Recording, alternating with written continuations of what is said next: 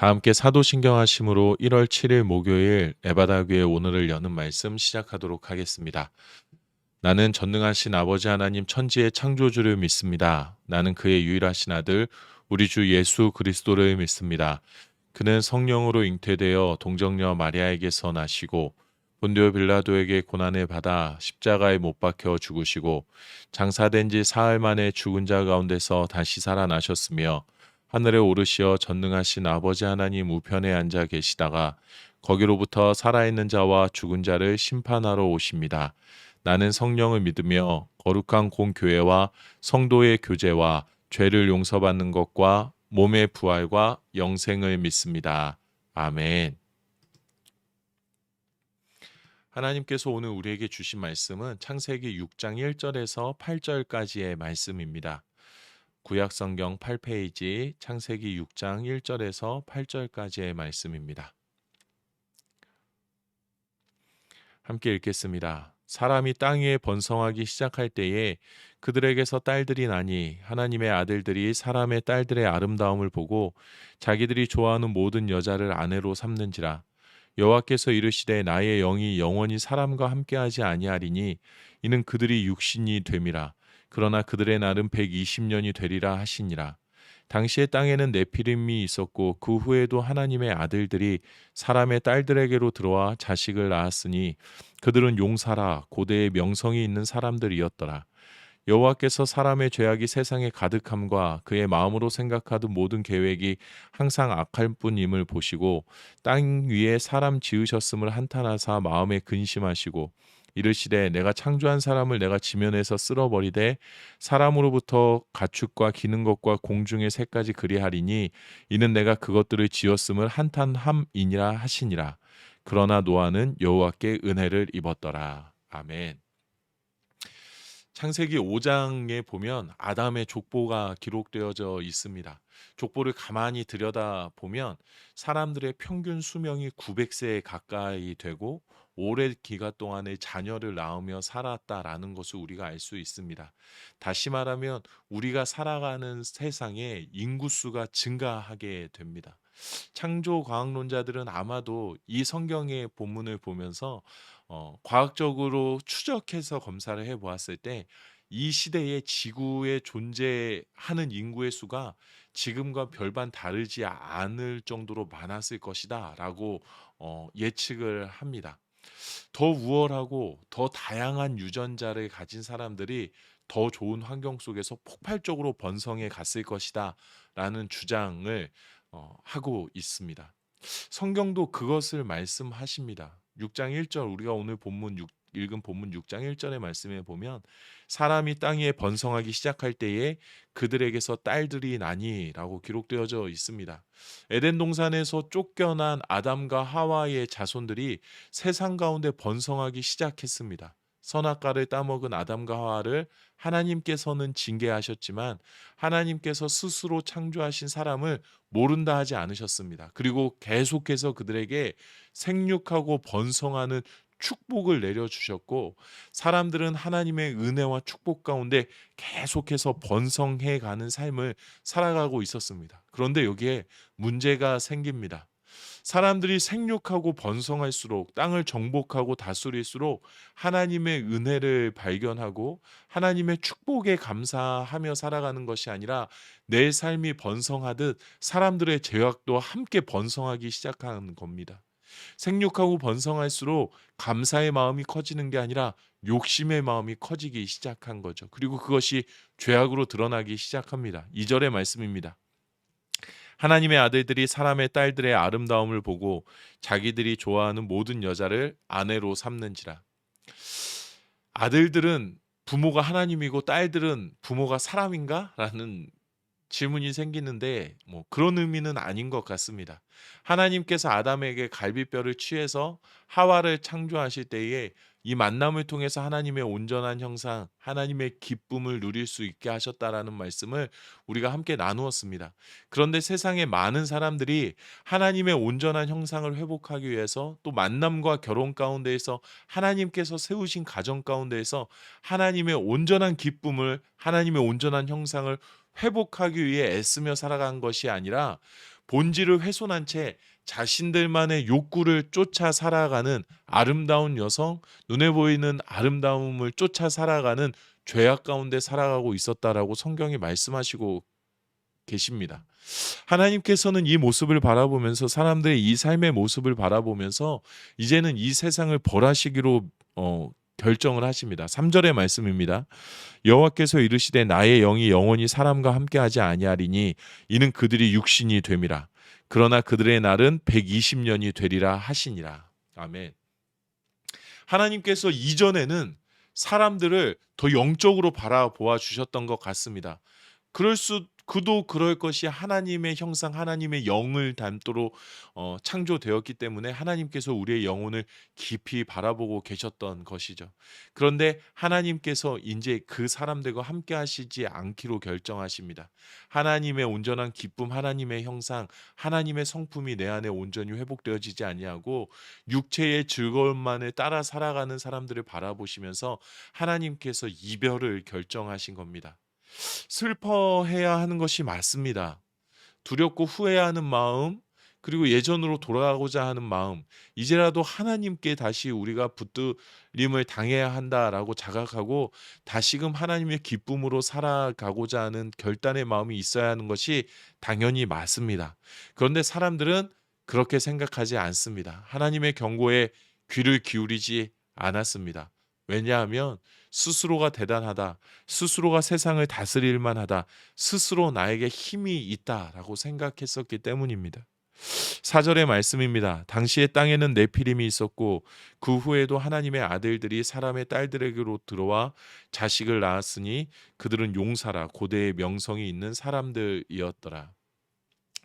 네피림이 정확하게 어떠한 사람들을 말하는 건지는 모르겠습니다. 그런데 민수기에 보면 네피림의 후손인 아낙 자손의 거인들을 보았나니라는 구절 말씀이 나옵니다. 이스라엘 백성들이 아낙 자손을 보고 저들은 거인이고 용사고 우리는 메뚜기다라고 말할 때 그 아낙 자손이 바로 이 네피림의 후손들이었습니다. 고대 시대에는 신체 능력이 좋아야 세상을 다스릴 수 있었습니다. 지금은 뭐 신체 능력도 영향력을 발휘할 수 있는 한 항목이지만 고대에는 이것이 세상의 영향력을 드러내는 거의 유일한 주된 요인이었습니다. 신체적 능력이 탁월한 사람들, 힘이 있는 사람들이 마치 자기가 왕인 것처럼 살고 있었고 실제로 부족을, 국가를 다스리는 세상이었습니다. 세상에 두려울 것이 없는 사람들이 있었다라는 겁니다. 나를 창조하신, 우리를 창조하신 하나님의 관심은 없고 내 힘으로, 내 능력으로 얼마든지 살 수 있다라고 생각하는 사람들, 그리고 영향력을 끼치는 사람들이 있었고, 또 사람들은 그들을 바라보면서 나도 저렇게 저 힘을 갖고 싶다, 나도 저 권력을 갖고 싶다라는 마음을 품고 있었던 것입니다. 하나님께서 지금 내가 너희와 이별하겠다라고 경고하시는데 그것에는 별로 관심이 없고 세상을 다스리는 힘에만 사람들이 관심이 있었던 것이었습니다. 하나님께로 돌아오지 않는 사람들, 죄악이 가득한 세상을 바라보시며 하나님께서는 근심하십니다. 5절에서 6절입니다.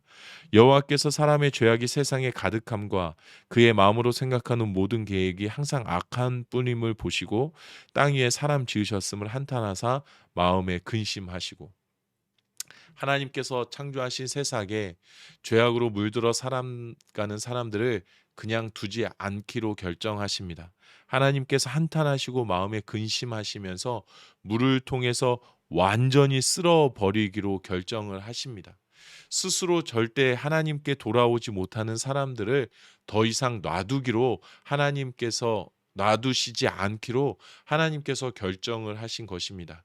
그런데 딱 한 사람의 이야기가 이때 등장을 합니다. 그러나 노아는 여호와께 은혜를 입었더라. 하나님께서 노아에게만큼은 은혜를 허락하셨고 노아는 그 가운데서 하나님께서 구원하시기로 결정하십니다.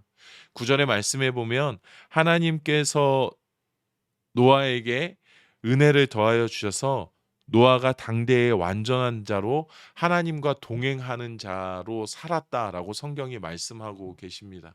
노아는 하나님과 동행했습니다.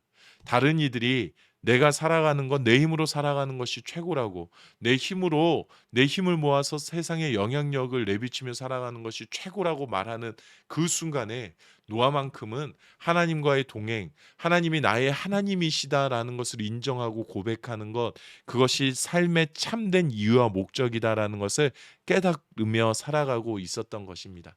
마치 신약 시대에 사람들이 저마다 자기의 의로움을 드러내며 살아가는 것에 온 신경을 집중하고 있을 때, 예수님께서 이 땅에 오셔서 하나님을 사랑하고 내 이웃을 내 몸과 같이 사랑하는 것이 진짜 하나님의 뜻이고 하나님께서 기뻐하시는 삶이다라고 말씀하시면서 그 삶을 살아내셨던 예수님처럼 노아도 당대의 세상의 흐름과는 다르게 하나님과 동행하는, 하나님께서 기뻐하시는 그 삶을 살아내고 있었던 사람이었던 겁니다.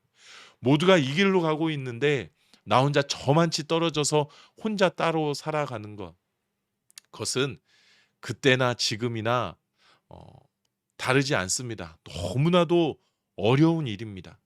어쩌면 노아는 세상 속에서 홀로 다른 방법으로 살아가는 것을 스스로 선택하고 스스로를 철저히 고립시키는 삶의 길을 걸었을지도 모릅니다. 왜냐하면 온 세상에 악이 가득했기 때문에 하나님과 동행하는 사람이 그 가운데 어울려서 살아가는 것이 불가능하기 때문이죠.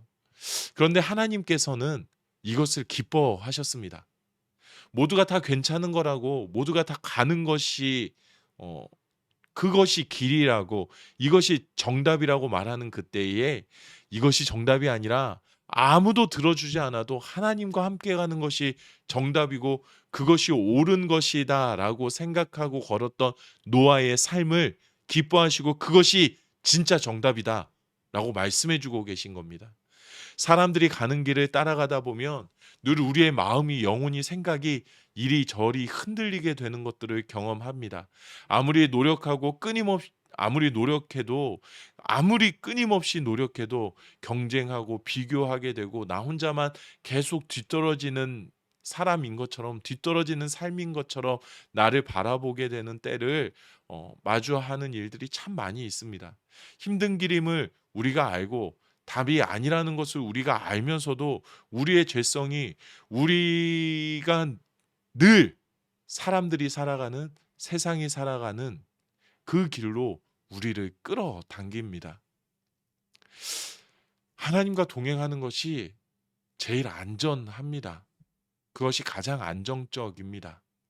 사람들이 이곳이 편하다라고 그곳으로 우리를 잡아 끌어당겨도, 그리고 세상의 흐름 가운데 그 길을 가는 것이 가장 자연스러워 보여도, 그곳에서 우리가 겪게 되는 혼란함과 비교해 보면 하나님과 함께 동행하는 것이 가장 안정적이고 가장 안전합니다.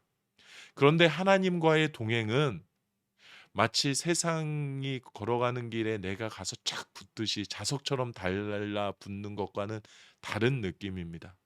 하나님과의 동행은 자석이 N극과 N극이 맞닿는 것처럼, S극과 S극이 맞닿는 것처럼, 아무리 애쓰고 노력해도 반대로 떠밀려가는 것 같은 그러한 느낌, 어려움, 노력하면 노력할수록 더 멀어지는 것 같은 느낌을 받을 때가 많이 있습니다.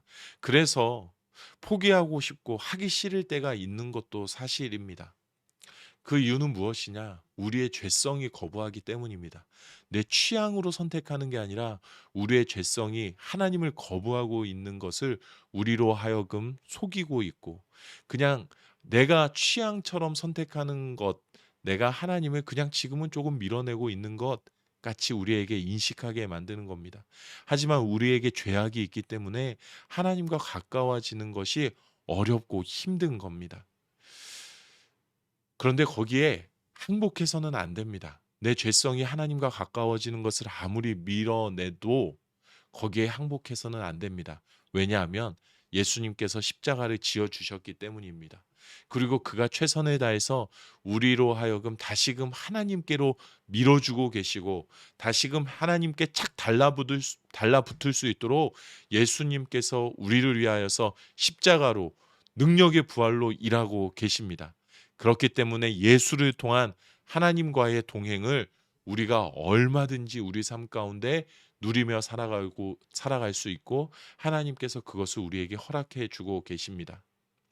내가 어떠한 사람인지를 여러분 잊지 마시기 바랍니다. 나는 예수 그리스도를 통하여서 하나님께로부터 은혜를 받은 자입니다. 나는 예수를 통하여서 하나님과 동행해야 하는 자리에 늘 나아가는 자리입니다. 늘 나아가는 자입니다. 아무리 저 길이 좋아 보여도, 그리고 남들 가는 길이 쉬워 보여도, 이제는 오히려 불편해 보이는 것이 더 자연스러운, 남들이 안 가는 험난한 길이 더 편안한 하나님과 동행하는 삶을 살아가는 사람입니다라고 고백해 낼 수 있어야 하고, 나의 정체성을 잊지 않아야 합니다. 오늘 하루를 살아가면서 우리가 이 마음을 품기를 원합니다. 내가 예수 그리스도를 통하여서 이 땅에 심겨진 마지막까지 하나님께서 선택하시는 노아다. 나는 2021년을 살아가는 노아다. 라는 마음을 잊지 마시기 바랍니다. 세상이 걸어가는 길과는 다른 길을 선택한다고 뒤처지고 모자르는 것이 아니라, 하나님과 동행하게 될 때에 노아와 같이 세상을 구원해내는, 하나님께서 사용하시는 하나님의 구원의 통로가 될 줄로 믿습니다. 하나님께서 은혜로 허락하신 내 삶을 어, 의미 있게, 가치 있게 여기고, 오늘도 주님과 함께, 하나님과 함께 동행하며 하나님의 기쁨의 삶을 살아내는 우리 모든 성도님들이 되시기를 우리 주님의 이름으로 축복합니다. 우리 이 시간에 함께 기도하면 좋겠습니다. 여러분, 무엇이 여러분을 주눅들게 합니까? 무엇이 여러분의 삶을 힘들게 합니까? 그것이 무엇이든지 간에 우리를 주눅들게 할 수 있을 것은 아무것도 없습니다. 하나님과 동행하게 될 때에 하나님께로부터 오는 기쁨이 우리로 하여금 이 세상을 이겨내게 하고, 또 이 세상을 하나님의 나라로 바꾸어 가게 하는 놀라운 능력의 삶을 비추게 할 줄로 믿습니다. 이렇게 기도하면 좋겠습니다. 하나님, 내가 하나님과 동행하는 것을 기뻐하는 삶을 살아가게 해 주십시오. 하나님과 동행하는 기쁨, 그 즐거움이 늘 내 안에 넘쳐나게 해 주십시오. 세상을 따라가는 마음, 시선, 생각, 모든 것들을 끊어내게 하시고 하나님과 동행하며 하나님의 기쁨으로 살아가게 해 주십시오라고 우리 결단하면서 기도하면 좋겠습니다. 또 두 번째로 기도할 것은, 아무리 세상에 좋은 것이 눈앞에 보인다 할지라도 하나님께서 기뻐하시는 하나님의 질서 가운데 머무르게 해 주십시오. 하나님의 질서를 따르는 것이 내 삶에 가장 편안하고 가장 안전하고 가장 축복된 길이라는 것을 잊지 않고 하나님의 질서를 따르는 삶 살아가게 해주십시오라고 기도하도록 하겠습니다. 마지막으로는 우리 온 세상을 마음에 품고 기도하면 좋겠습니다. 모든 세상의 악함을 바라보며 우리가 대신하여서 하나님 용서해 주십시오. 이 죄악이 가득한 세상을 용서해 주십시오라는 회개의 기도를 우리가 함께 하면 좋겠습니다. 각자의 자리에서 기도하시고 주기도문으로 이 시간을 마치도록 하겠습니다. 함께 기도하시겠습니다.